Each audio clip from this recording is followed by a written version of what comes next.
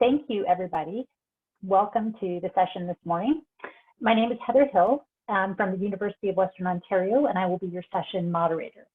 We have 4 papers in this session, all of which present quite interesting insights into public libraries, media, and gender. To begin, Vander Kooy will present his paper titled Library Life, a quantitative analysis of social media usage, content, and engagement at the Vancouver Public Library. Sam, you want to take it away?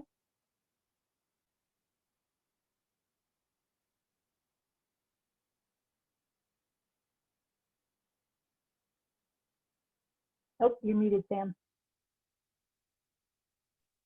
Thank you. Sorry, I'll share my screen. I want to begin with a land acknowledgement. I acknowledge that the Anishinaabeg, Attawandaron, Lenapehoik, and Haudenosaunee peoples on whose traditional lands Western University resides. I further acknowledge the historical and ongoing injustices that Indigenous people, First Nations, Métis, and Inuit endure in Canada, and accept a responsibility as a member of Western University to contribute towards revealing and correcting miseducation, as well as renewing respectful relationships with Indigenous communities through my teaching, research, and community service.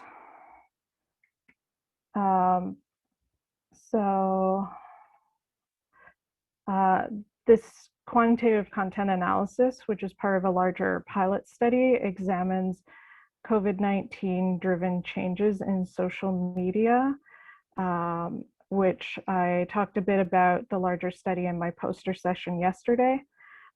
Provides a snapshot in time of how Vancouver Public Library, VPL, is using social media to inform and engage its patrons. Why are you not moving forward? Thank you. So a bit of the background, most social media studies limit their focus to social media in the broad general sense, or to individual platforms. Very little investigation has looked at comparing libraries' use of multiple platforms. There have been, though, 2 studies that have done this. The first was a longitudinal exploration of the adoption rates and usage patterns for 4 social media platforms: Facebook, Twitter, YouTube, and Flickr, in academic libraries in Ontario, Canada. In my paper, I said the United States, so I just want to correct the record here. It's Ontario, Canada. Sorry for that mistake. The second analyzes the types of content being disseminated on 6 platforms: Facebook, Twitter, YouTube, Pinterest, Google+, and Instagram, by school libraries in the Extremadura region of Spain, sorry. This study is intended to advance the understanding of multi-platform social media use within the context of public libraries. This research originally came about because I wanted to know, in my larger study, I was unable to get Facebook data, so I wanted to know how much potential data I was losing by not having Facebook. However, as I dug into the data, I grew to have a larger question of how does usage, content, and engagement vary between all 4 of the platforms I was looking at: Twitter, Facebook, Instagram, and YouTube. So for methodology, VPL was chosen because it has been studied before and found to have a robust social media presence. It's the 3rd largest library in Canada and serves a culturally diverse population across 21 locations. And during the initial wave of the pandemic, the province of British Columbia had to contend with the first large outbreak of COVID-19 in Canada. The social media platforms were chosen because they are the 4 platforms VPL promotes on their website's homepage. And the time frame, September 1st to November 30th, was chosen because, as part of the larger study, which explores changes between February 1st and June 30th in 2020 as compared to the same time frame in 2019. It was believed that enough time would have passed to see what changes, if any, persisted past VPL's initial response to the pandemic. It was also convenient to sample at this time since the data was being gathered in November. For data analysis, the quantitative data was gathered from screenshots taken of all the posts to each of the 4 platforms between the specified dates. Any posts originating from non-VPL accounts were excluded from the data set. So for example, a retweet from the Friends of the Vancouver Library would have been excluded, or a retweet from an individual librarian on their personal account would have been excluded. The collected data was then analyzed in Excel using descriptive statistics with relevant qualitative data also being noted.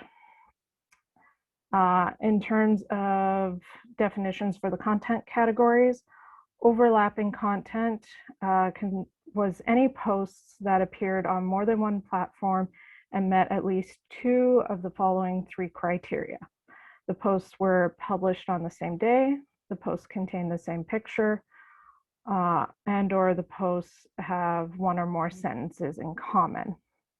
I did consult with 2 other researchers in developing this definition.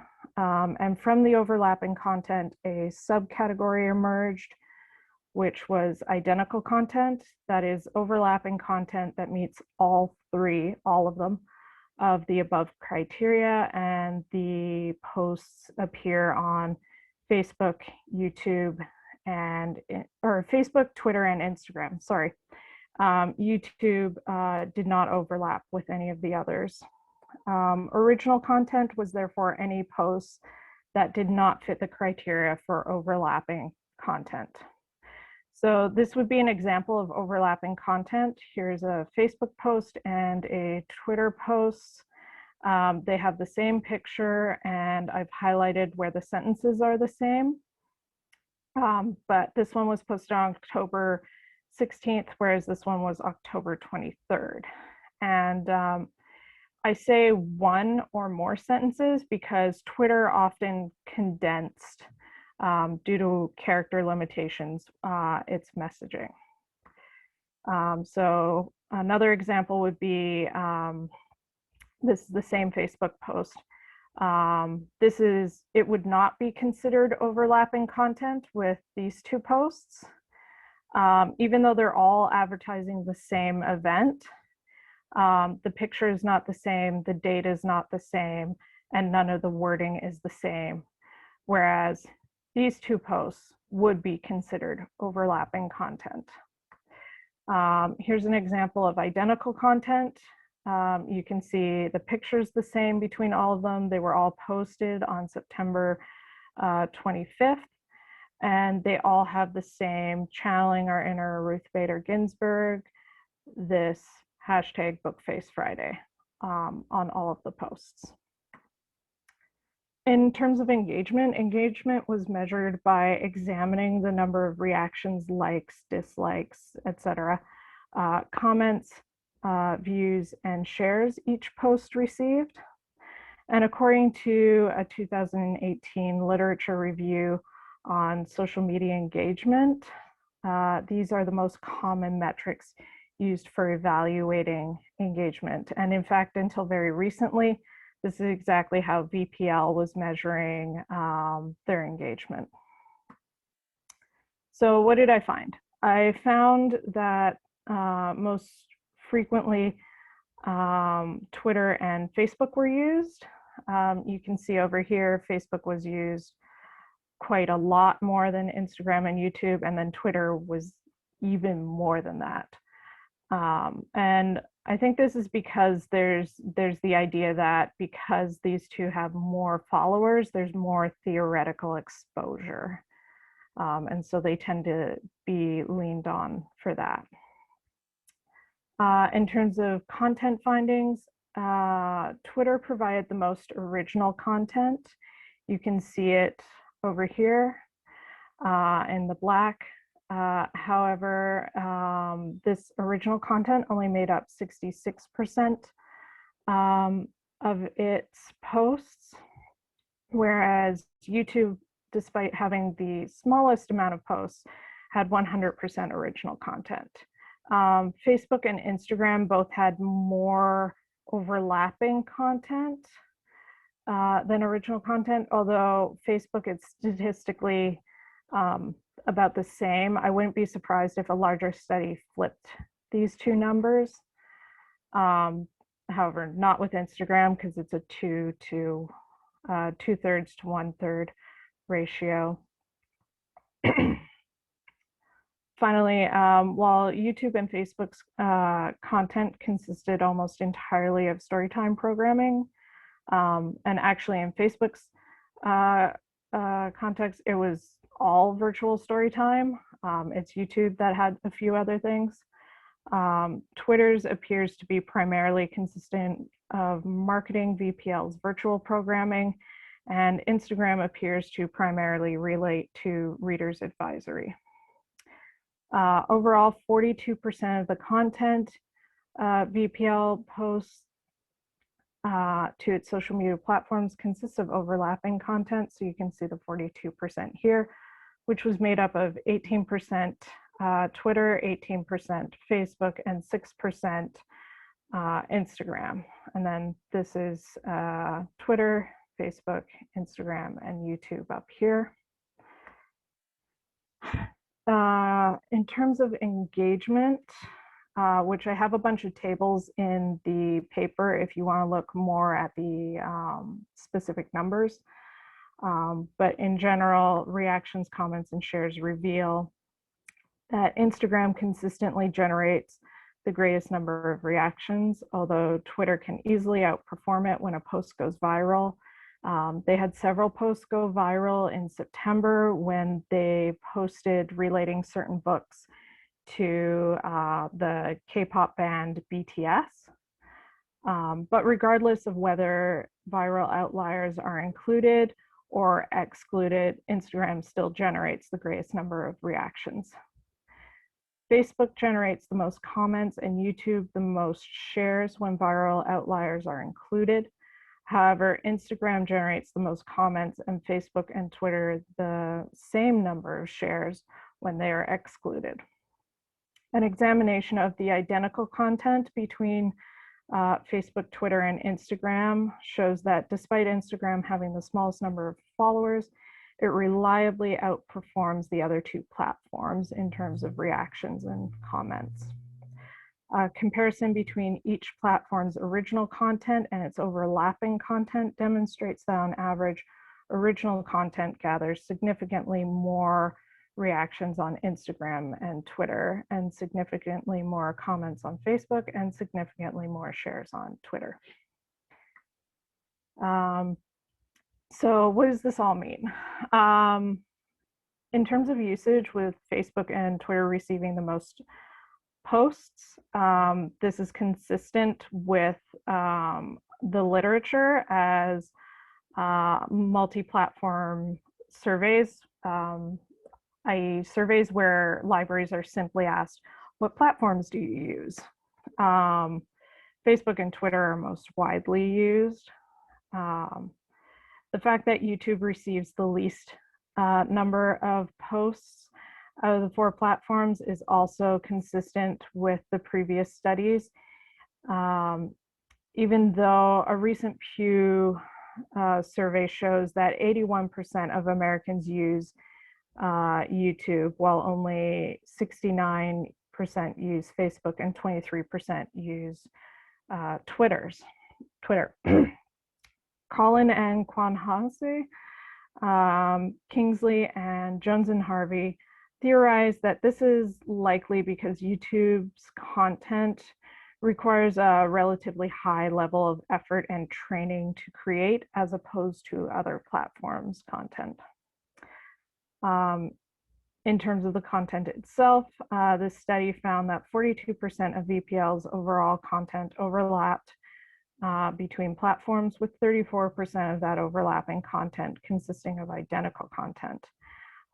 Given that this phenomenon has not been remarked upon in previous studies, it is unknown whether it is a low, normal, or high amount of overlap.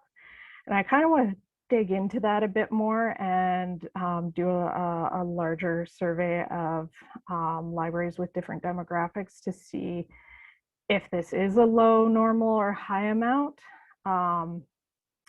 However, I'm not sure if people would be interested in that, and I'm not sure what the so what would be. Like, by showing if it's low, normal, or high, does that in any way signify whether it's useful or not?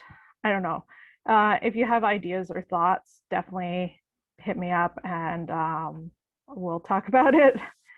However, Gao recommends that despite aiming for consistency in branding, it is best to avoid automatically duplicating posts from one platform to another. So you shouldn't, there shouldn't be this overlap ideally in an ideal perfect world, but we all know public libraries are underfunded and it's very hard to spend that much time or justify that much time spent on social media, unless you have a dedicated social media group.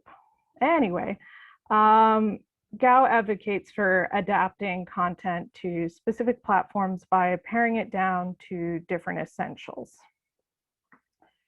And engagement, the fact that Instagram consistently outperforms other platforms in terms of engagement is supported by the literature.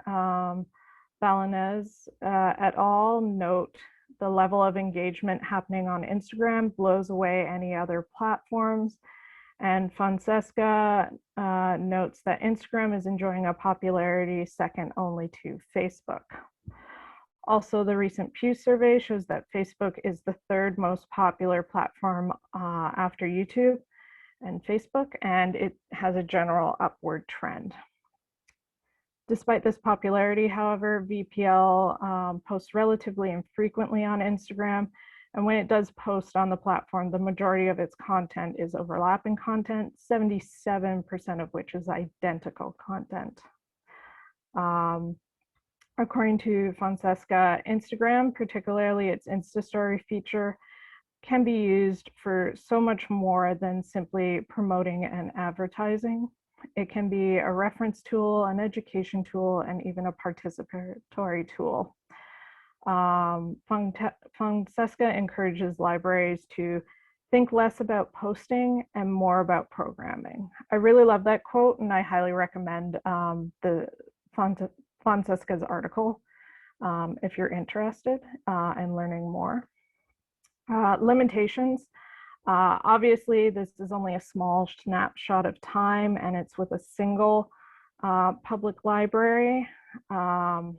It's possible, as I remarked before, an expanded study would show something very different. So no generalizations can be based on this paper's finding. Overall, the trends reveal that VPL should reevaluate its current social media practices and strategies, potentially, particularly with regards to its use of YouTube, Instagram, and overlapping content.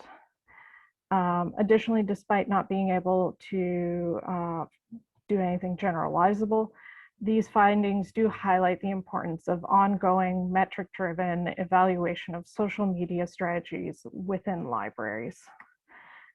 These are my references, and thank you all for coming. I really appreciate it.